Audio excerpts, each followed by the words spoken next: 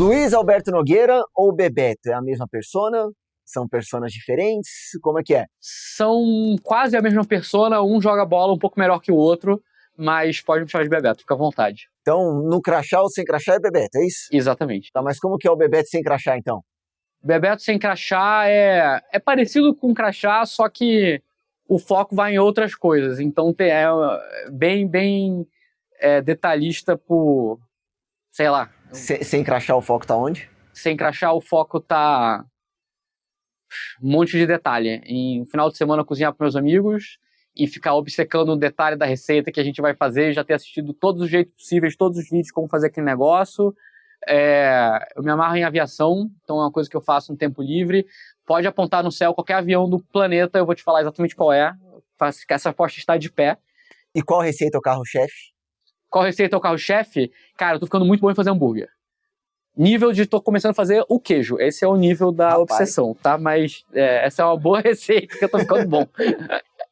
E esse daqui é o No Corre com o Jota, um podcast pra gente falar sobre a vida de quem tá no corre, de quem tá tentando empreender, quem tá tentando fazer acontecer, quem tá na correria do dia a dia. E a gente quer falar sobre negócios, mas também sobre como fazer esses negócios andarem pra frente e bastidores dessas histórias todas. Eu sou o Renan do Couto, tô aqui junto com o Davi Holanda do Jota. Tudo bem, Davi? Tudo ótimo. Obrigado, Renan.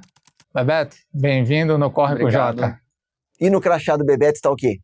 Ou do Luiz Alberto? O crachá do Bebeto está fundador da Segura, cofundador da Segura. Então a gente está construindo a nova maneira de ajudar os corretores de seguro a venderem seguro e proteger as pessoas. Então a gente vê todos os dias eventos adversos afetando o Brasil inteiro e a gente tem um alívio no coração quando sabe que as pessoas estão protegidas. A gente vê que o corretor é a ferramenta que a sociedade colocou para proteger as pessoas e a gente está aqui para dar para ele todo o ferramental para vender seguros para milhões e milhões de brasileiros. Então isso é o que a gente faz todos os dias. A gente passa o dia construindo AI, ou inteligência artificial, no mundo real para ajudar os corretores de seguro a proteger as pessoas. Então é uma ferramenta que está no meio do caminho entre o corretor, o cliente e a seguradora. Exatamente. A gente ajuda os corretores a conversar com as seguradoras, fazerem todos os trâmites burocráticos de cotação de apólice, emissão de apólice, cobrança de apólice. Então tudo aquilo que levava muito tempo, muita papelada, era super difícil do corretor fazer, ainda mais o corretor, que é a pessoa que está no corre todos os dias, está na rua, está vendendo, chegava em casa à noite, 9 horas da noite, tinha que sentar na frente do computador, passar um monte de papel a limpo. A gente dá para ele a Helena, que é a nossa assistente virtual. A Helena surgiu no Rio, então por isso que é Helena. O primeiro escritório da Segura era no WeWork de Ipanema, então a gente colocou essa brincadeira lá. Mas a Helena existe para ajudar os corretores. Então ela consegue ajudar ele com a apólice, ela sabe tudo de todas as condições gerais, de todas as apólices de seguro que já foram feitas, que estão registradas no órgão regulador. A gente ajuda o cara a fazer cotação em várias seguradoras. Cara, é uma ferramenta surreal. Os corretores que usam adoram. A gente, em menos de um ano de existência, foi de 20 corretores, vai passar de 2.000 corretores esse ano. Então é um crescimento bem impressionante. Hoje somos um time de 15 pessoas na empresa. Então são 15 pessoas ajudando 2.000 corretoras a proteger, acho que mais de 1 milhão de pessoas. Então é um esforço bastante hercúleo, mas a gente faz com muito prazer. A gente gosta, a gente se diverte. E tô imaginando que isso é algo que vai economizar muito tempo para os corretores. Exato. Vocês têm uma estimativa disso? Olha, a estimativa não é tempo economizado, é tempo de resposta. Então, a gente vê que o cara demorava, às vezes, um dia para conseguir fazer o processo inteiro de fazer uma venda. Por quê? Porque o cliente fazia uma pergunta, ele demorava para responder, aí o cliente respondia, aí ele tinha que buscar uma informação, aí o cliente respondia, aí ele estava em reunião. A gente está correndo, a gente não tem como ficar no WhatsApp o dia inteiro. Então, por isso que a gente dá a Helena para ajudar ele a fazer essas conversas todas e não ter esse tempo de resposta demorado. Então, você dá a mesma velocidade do e-commerce, só que no WhatsApp de todo corretor de seguro. Inteligência artificial chegando para ajudar de diversas formas, né, Davi? Não, demais. Bebeto, me fala uma coisa. Qual foi o maior corre assim que tu teve que não tá no Instagram nessa tua vida? Ixi, tem uns 20. Mas deve ter história boa. Tem história boa, a gente tem história boa de todos os caminhos, assim. Primeiro, você empreender, ainda mais em tecnologia, é um negócio muito complicado, né? Você tem que convencer um cliente a comprar um produto que ainda não existe, você tem que convencer o usuário a usar um produto que ainda não funciona bem, você tem que convencer o investidor a investir numa empresa que ainda não existe, então você tem que convencer as pessoas a fazerem coisas improváveis todos os dias, né? Então você sai de casa pronto para tomar 20 nãos, e aí você vai ao longo do dia, você toma um sim, beleza, você fez o dia. Então essa é a coisa do corre, né? Uma coisa que fica muito na minha cabeça, quando você vai montar produtos de tecnologia, cara, por consequência, por definição, o primeiro produto que você vai fazer, ele vai ser um produto ruim. Então, você vai criar um negócio que ainda não existe, a primeira versão vai ser ruim. Então, você lembra, a maioria dos produtos que a gente usa, a primeira versão não era muito legal. Por outro lado, se você está resolvendo um problema que dói muito, você pode colocar um produto ruim que vai funcionar. Então, tem uma metáfora, Renan, que é da pessoa com o cabelo pegando fogo. Então, vou fazer uma pergunta. Você está aqui, e aí você tem uma pessoa do seu lado, o cabelo dela começa a pegar fogo. Qual que é a melhor coisa possível que você pode entregar para aquela pessoa para resolver o problema dela? Eu tô na dúvida se é uma água ou uma tesoura. Uma água, tá. Extintor de incêndio. Eu não sei qual é o extintor certo para cabelo, mas um balde d'água é a melhor solução. Mas o cabelo dessa pessoa tá pegando fogo. Então, se você não tiver um balde d'água e você dá para ela um tijolo, ela vai pegar o tijolo e bater na cabeça. Até resolver apagar o fogo. É o melhor produto? É a melhor solução? Não, não é a melhor solução. Mas o problema é tão ardente, literalmente, que o produto que você entregou, ele vai ser usado e ele vai ser melhor do que a alternativa que a pessoa tem hoje, que é nada. Então, você vai montar uma coisa que não existe, geralmente o que a gente procura fazer é resolver os problemas que doem muito. Então, a gente pega um problema que dói muito, coloca um produto que geralmente na primeira versão não é incrível, mas que funciona, e aí você vai melhorando em cima disso. E agora você está com a Segura, mas já passou por outros lugares também. Como que vem essa fagulha do problema? Você está o tempo todo olhando para o problema e pensando em como resolver? É assim que funciona a tua cabeça? Você passa o dia pensando em problema e como resolver. Às vezes é meio difícil de conviver, né? Porque seus olhos ficam fazendo assim, que a pessoa sabe como é que é. Mas sim, tem no mundo de tecnologia você tem as incubadoras de empresas, né? Então são os caras que pegam ali o Renan que está pensando em bolar uma empresa de videogame para jogo de futebol. E aí você fala, cara, esse cara é muito bom, eu vou dar algum dinheiro para ele tentar montar esse produto e fazer alguma coisa. A maior delas é uma que fica lá nos Estados Unidos, chama Y Combinator, e esses caras, eles sempre pegavam os empreendedores e faziam as empresas. De lá saíram as grandes empresas de tecnologia do mundo. Então saiu, sei lá, Airbnb, Uber, então essas empresas que a gente usa bastante. E eles observaram que geralmente o cara que entrava lá, ele entrava com a ideia, e a empresa que dava certo não era a ideia que o cara entrou. Então o cara entrava com a ideia de fazer um videogame de futebol, e aí isso virava um podcast de futebol, que virava uma emissora de televisão de futebol, que virava um novo jogo, um novo esporte que as pessoas estão jogando numa liga. Então o negócio mudava 3 ou 4 vezes, e o bicho que dava certo era diferente do bicho que entrou.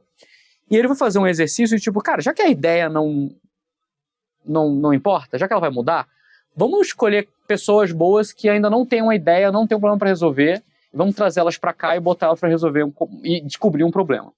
E aí ele pegou 20 pessoas lá, 20 times, que não tinham ideia e falaram, cara, vem aqui, você vai estar entrando na incubadora, toma aqui dinheiro, vai fazer o que você quiser. Sabe quantas dessas deram certo? Quantas? Zero. Não é uma, não é duas. Não, zero. Todas falharam. Mesmo perfil de pessoa, o tanto quanto trabalhadora, o tanto quanto inteligente, mesmo perfil das outras que davam certo, mas essas entraram sem ideia e não deram certo, o que é meio esquisito, né? Porque já que a ideia não importa. A conclusão que eles chegaram é o perfil de pessoa que consegue construir esse tipo de coisa, o cara consegue empreender e fazer coisas que são diferentes, as pessoas estão pensando em coisas todos os dias, 100% de coisa todos os dias. Então quando você pega um grupo de 20 que não tem uma ideia na cabeça, você está selecionando ao contrário, você está falando, cara, quem são as pessoas que não deveriam estar aqui? Então esse negócio de você estar o dia inteiro olhando para problema, pensando como resolver, é meio que a cabeça. Eu tenho um amigo que tem um restaurante aqui em São Paulo, e é muito curioso, que você vai almoçar com ele, passa o almoço inteiro olhando todos os detalhes do restaurante, o cardápio, o preço, não sei o que. Cara, come isso comigo. E a pessoa fica meio que pensando o dia inteiro. Então é a cabeça de quem tá no corre. Né? Quantas ideias vocês dois têm por dia? Eu vou pegar um gancho disso aí, que é engraçado, que muita gente me pergunta sobre ideia, né? Quantas ideias vêm, assim, e na sua cabeça. Eu sempre falo que não tem bola de cristal, né? E que ideias na prática são experiências que você viveu no passado e que você fala, cara, eu acho que eu posso construir isso de uma forma melhor e que eu posso, né, entregar para a sociedade algo que tem mais valor do que é feito da forma atual. Uhum. Então, brinque, o grande, assim, pelo menos no meu, né, do que eu vivi, o grande sempre veio de uma experiência passada, e as ideias, né, que eu vou vivendo e vivenciando, elas vão melhorando o grande. Mas o grande ele está muito vinculado não a uma bola de cristal que eu achei, ou uma lâmpada do Aladim que me fala qual é a próxima coisa, mas sim a uma experiência que eu vivi. Então, para o empreendedor, uma coisa, né, bem tranquila, eu fui cortar o cabelo e, cara, não gostei da experiência, né, do corte do cabelo, você pode montar um salão de beleza, né, e entregando, né, aquela experiência melhor, seja a experiência enquanto usuário, seja a qualidade do corte do cabelo, né? Então eu sempre vi ideia como algo histórico e não como futurologia. Então é uma forma de enxergar. Mas isso que tu falou é engraçado, né? Eu acho que o empreendedor, não importa o setor, já tem tem um indiano que é o Papa, né? Assim, que ele fala muito que não importa o tamanho do negócio, os problemas são os mesmos. Uhum. Então você tem que estar sempre pensando, né, em como servir melhor o cliente, como atrair mais cliente e assim por diante, né?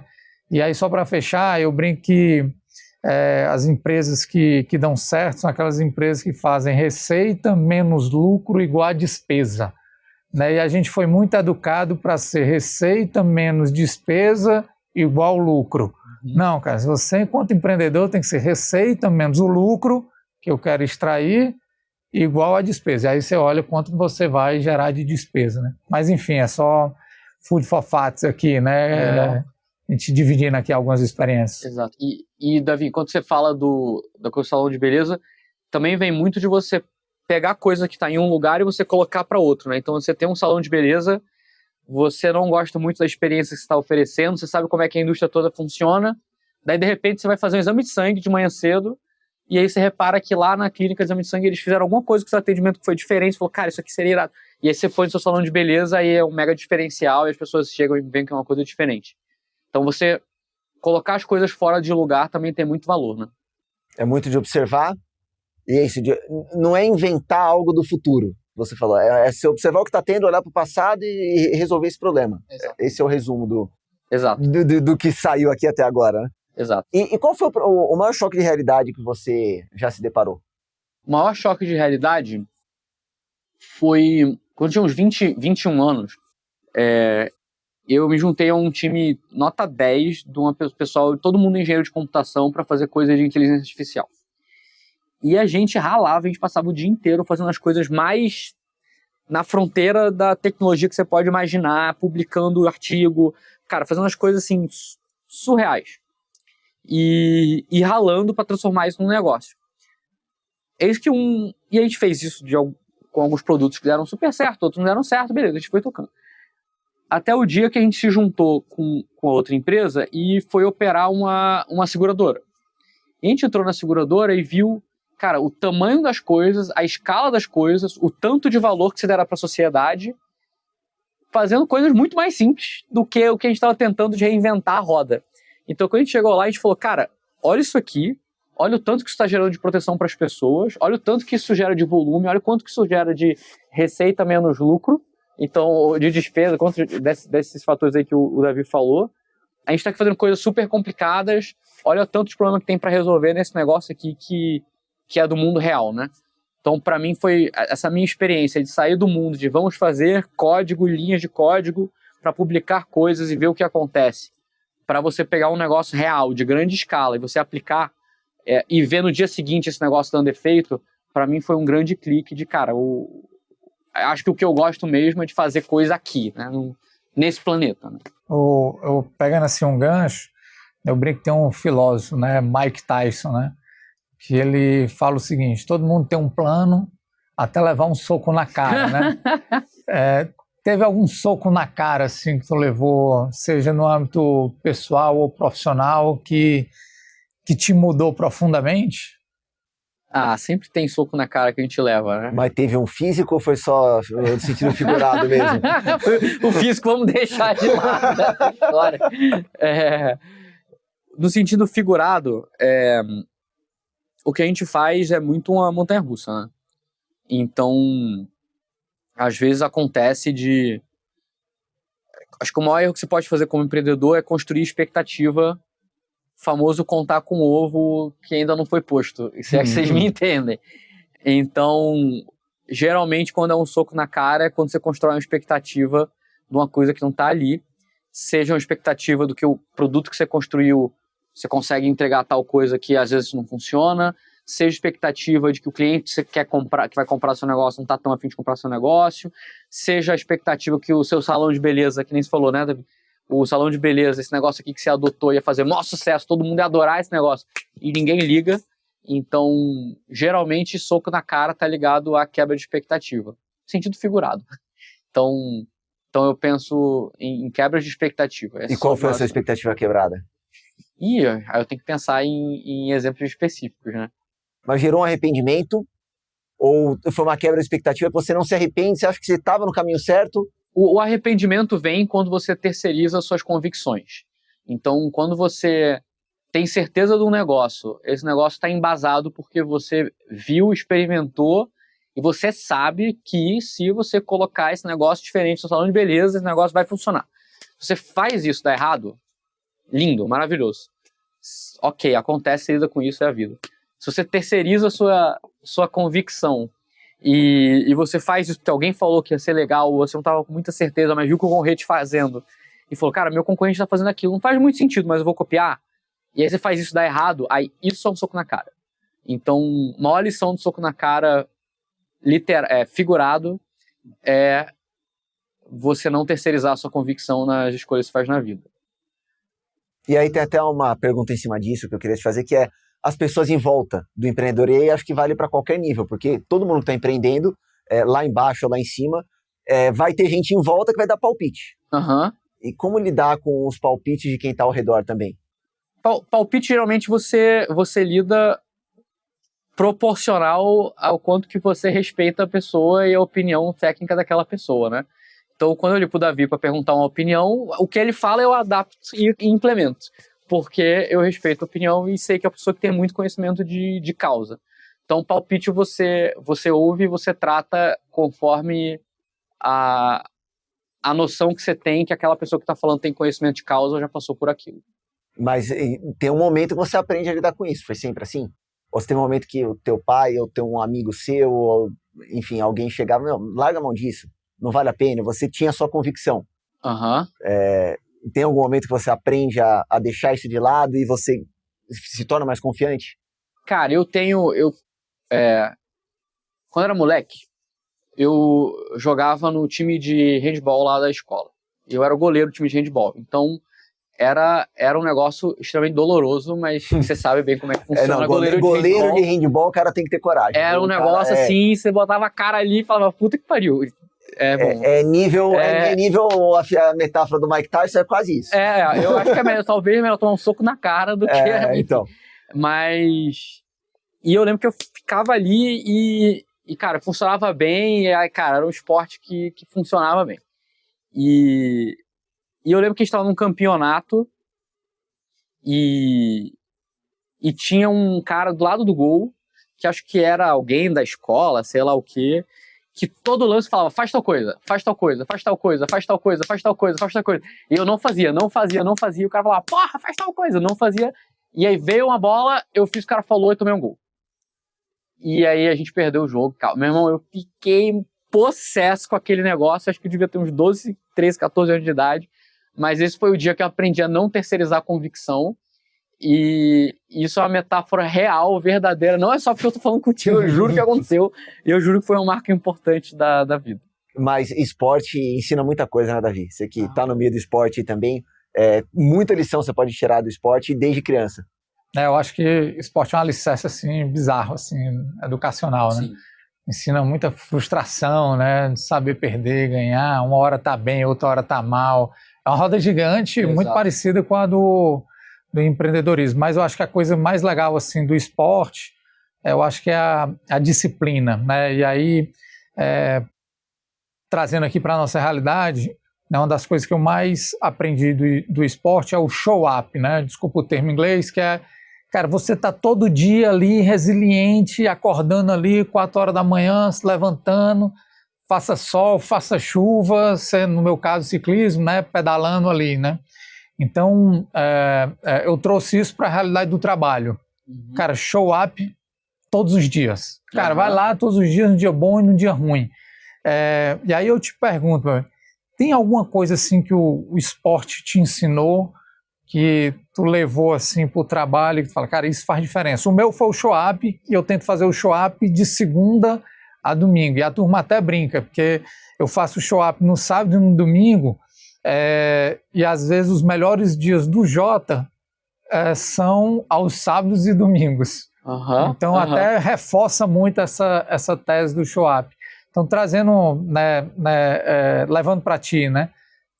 O que o esporte te ensinou, o handball te ensinou, e que tu aplica assim no dia a dia, na tua empresa, e que tu tenta passar isso, né, para os teus sócios? Legal. Cara, Davi, eu acho que eu fiz todos os tipos de esporte na vida e eu fui ruim em todos. Eu consegui ser ruim em todos, mas ruim com empenho e otimismo e showing up, que nem você falou. Quando a gente montou a Segura, no começo do ano passado, o meu sócio, o Luca, que é o CTO da empresa, a gente constrói coisa junto há quase 10 anos, desde o começo da faculdade. Ele é muito atleta. Agora ele tá na vibe de bodybuilding. Então agora ele tem 2 almoços por dia, então o cara tá bodybuilding, que eu acho irado, vambora. Quando a gente começou a empresa, ele falou, ele queria voltar pro jiu-jitsu, ele era faixa azul de jiu-jitsu. E tinha um Gracie Barra embaixo do nosso escritório. Ele falou, cara, eu vou voltar pro jiu-jitsu e vou te matricular, você vai fazer jiu-jitsu com a gente. E aí eu fiz o primeiro ano da empresa, eu fiz um ano lá de faixa branca de jiu-jitsu, foi iradíssimo. Depois a gente mudou a empresa para São Paulo, terminei abandonando, mas vou voltar, tá lá, fumando guardanapo e tal. E não sei, para quem pratica o esporte, sabe como é um esporte que, cara, você fica ali naquele negócio e aí você aprende, quando tem uma pessoa de 150 quilos sentado em cima do seu pulmão, aquela pressão toda, você aprende que, cara, a pressão do trabalho você resolve, o problema é quando você tem 150 quilos sentado no seu pulmão. E isso foi uma grande lição que eu tirei do esporte durante o primeiro ano lá de empresa, onde, cara, era só porradaria no trabalho, a gente, cara, assim, ralando para encontrar aquela veia que você encontra e você vai e o negócio começa a despontar e aí acabava ali o dia de trabalho, você, enfim, montanha-russa, né? Tem dias... Vocês já viram um Alto da Compadecida? Sim. Né? Que o cara fala, né? Tá rico, tá pobre, não aguento mais essa vida, né? É o Alto da Compadecida. Né? Então todo dia, cara, a empresa deu certo, deu errado, deu certo, deu errado. Todos os dias você descia para fazer o esporte, tirava a cabeça daquilo, via a importância da consistência, você via que as pessoas que eram boas nisso faziam isso há 15 anos, 20 anos, todos os dias, então você via essa importância da consistência, e da consistência independente de você estar com uma pressão surreal, de estar uma pessoa enorme tentando arrancar a sua cabeça. Então essa foi a lição que eu tomei do esporte. Agora eu estou fazendo coisa mais tranquila, estou na academia todo dia de manhã, lá no prédio. Mais controlado, mas eu tenho muita saudade, eu tive muitas lições aí do primeiro ano de jiu-jitsu que o meu sócio me matriculou. O que é a disciplina do empreendedor? Aparecer todo dia, otimismo, então é você olhar para um problema enorme que não tem solução e você falar, beleza, a gente resolve. E uma coisa que eu chamo de senso de agência, não urgência, agência. Que é o seguinte, agora eu vou te fazer uma pergunta. Não, imagina, você foi cobrir um campeonato de Muay Thai, sei lá onde, num outro país, XYZ, não há, pode ter sido na América, pode ter sido na Europa, na Ásia, na África, onde for. Você foi cobrir um campeonato e aí você acordou de manhã, 7 horas da manhã, trancado numa cela, com um monte de preso, os presos falando uma língua que você não sabia, seus companheiros de cela, cara, nunca ouvi essa língua na minha vida. Você olha da janela, você vê meio que uma cidadezinha com a mata, assim, você não sabe exatamente onde você tá. E você tá ali preso. E você não sabe como você chegou ali, você não lembra. E aí o guarda chega sem falar a língua que você entende, mas você entende que ele te dá um telefone e você pode ligar para uma pessoa. Para quem que você ligaria? Exemplo real da sua vida. Para quem que eu ligaria?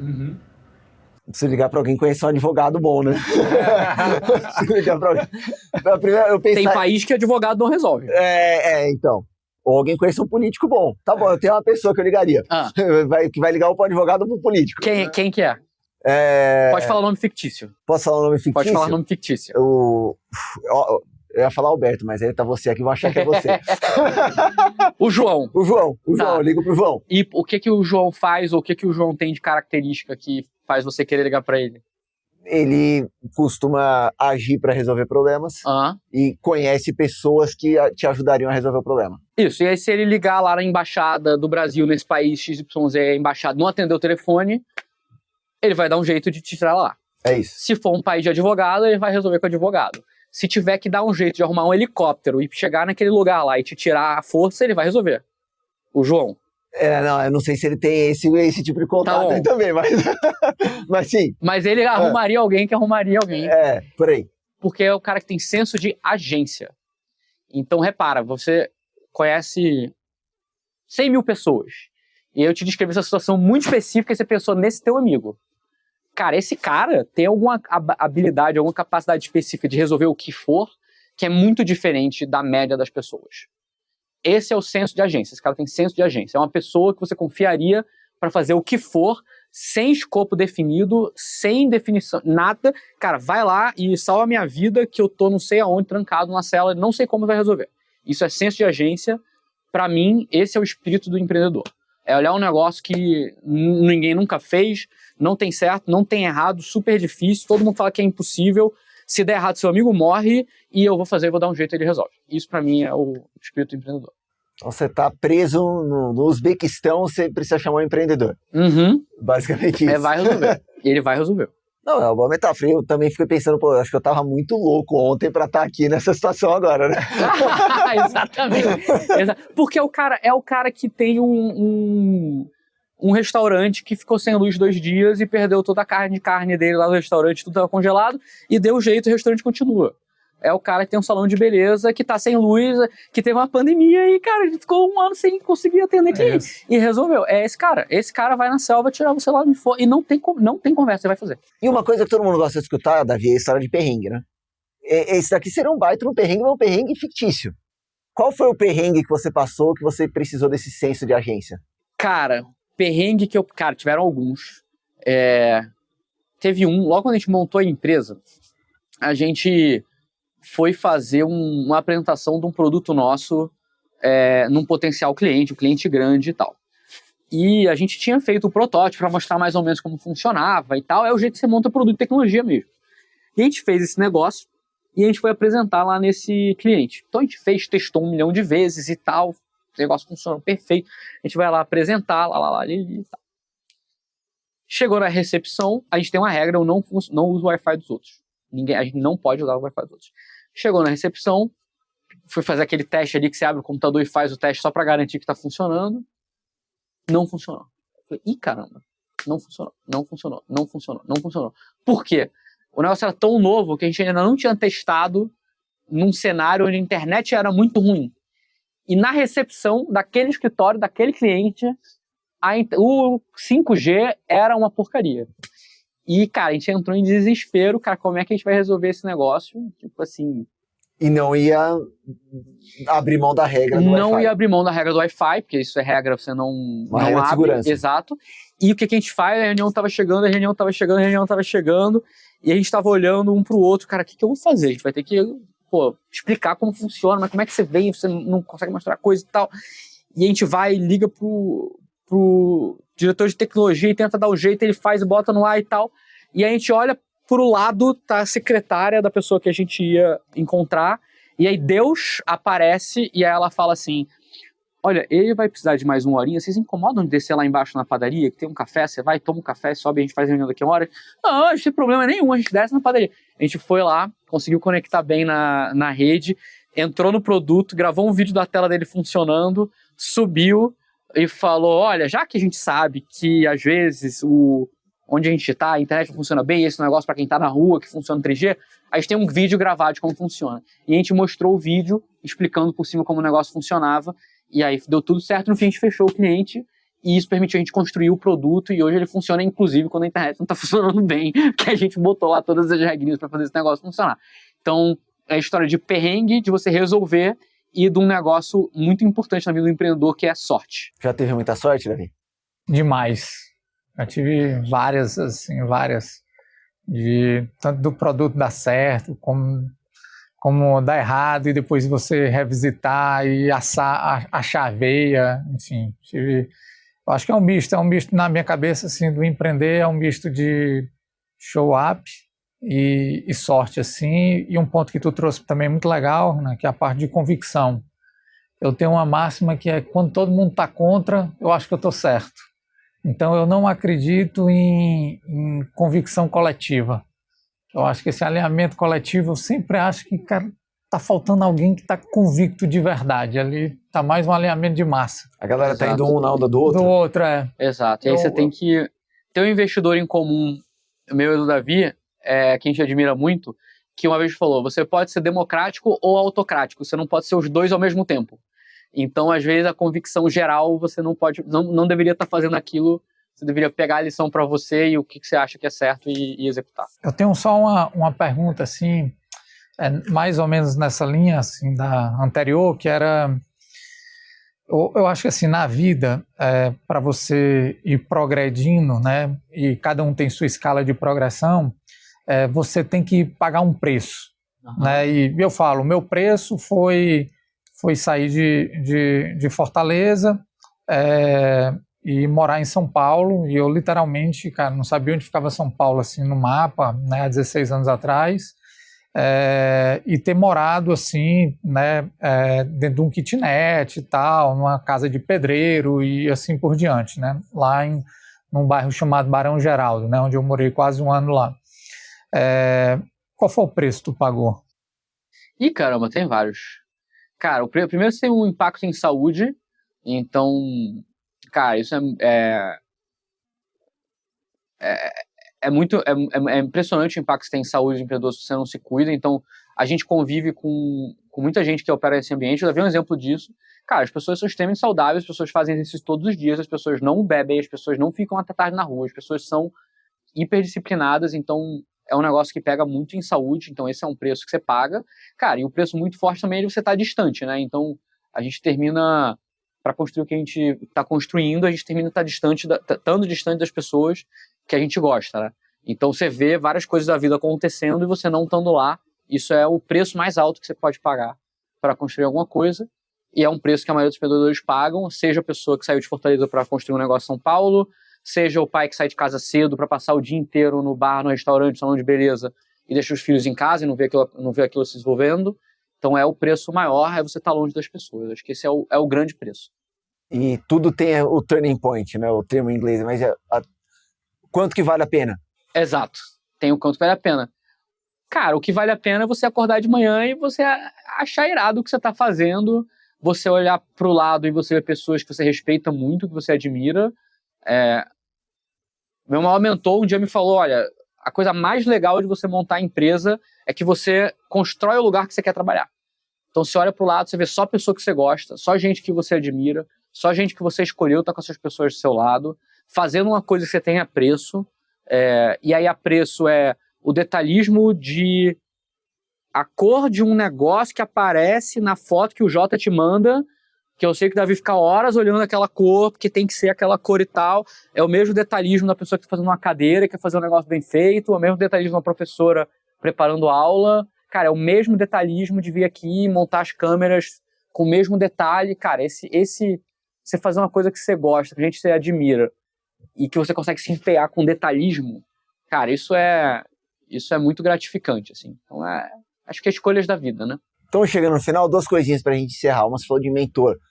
Uma, para quem está ouvindo, uma dica de um livro, um filme, um podcast, uma palestra que você viu, alguma coisa que foi muito valiosa, que te ensinou algo que foi de muito valor para você. Renan, um livro que me ensinou muito é um livro chamado Negociando o Inegociável. É um livro de negociação de conflito, é de um professor americano chamado Daniel Shapiro. Os caras são os maiores especialistas de negociação do mundo.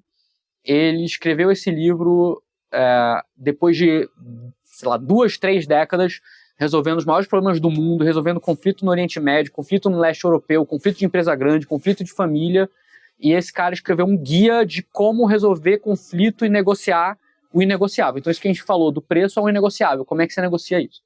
Então, como é que você negocia contigo estar longe das pessoas e como é que você faz para estar perto delas? Como que você negocia com seus sócios?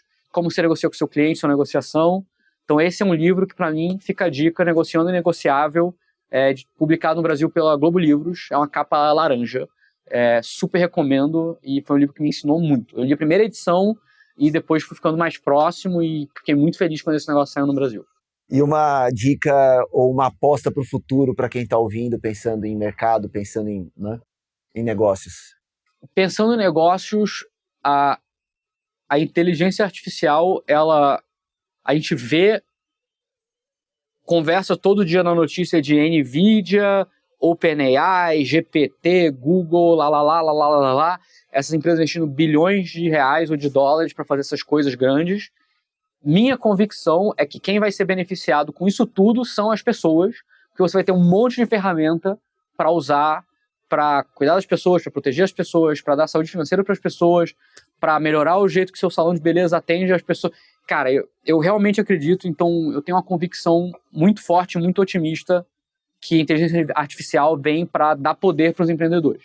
Então essa é o meu pensamento, é isso que a gente acorda todos os dias. Isso é uma convicção pessoal de trabalhando com inteligência artificial desde 2018, todos os dias. É convicção de estar junto e ter a sorte de estar junto com os maiores pesquisadores do mundo. Eu não sei se você sabe, um dos principais centros de pesquisa do mundo de inteligência artificial fica em Goiânia, aqui no Brasil, com a professora Thelma, a professora Anderson Soares. Eu tive o privilégio de aprender com ele várias coisas. Cara, AI e inteligência artificial existe para ajudar as pessoas no dia a dia. Então, acho que a gente está num momento muito empolgante da história da humanidade, que cara, a gente tem agora uma ferramental enorme que a gente pode usar no nosso dia. Então, mensagem é uma mensagem de otimismo e de aplicação de inteligência artificial para gerar valor para as pessoas. Bebeto, obrigado pela companhia. Prazer. Pela conversa. Prazer. Eu que agradeço o convite e vamos para cima, no Corre com o Jota. É isso, é legal. É isso. Eu escutar o Bebeto falando tanta coisa que pode ser de valor para quem está em casa escutando a gente, né, Davi, sobre o corre do dia a dia. Perfeito. Obrigado, Bebeto. Valeu, Davi. Obrigado pelo convite. Um abração. É isso. É isso aí, valeu. Todo mundo aí que acompanhou, que curtiu com a gente, até o próximo episódio do No Corre com o Jota.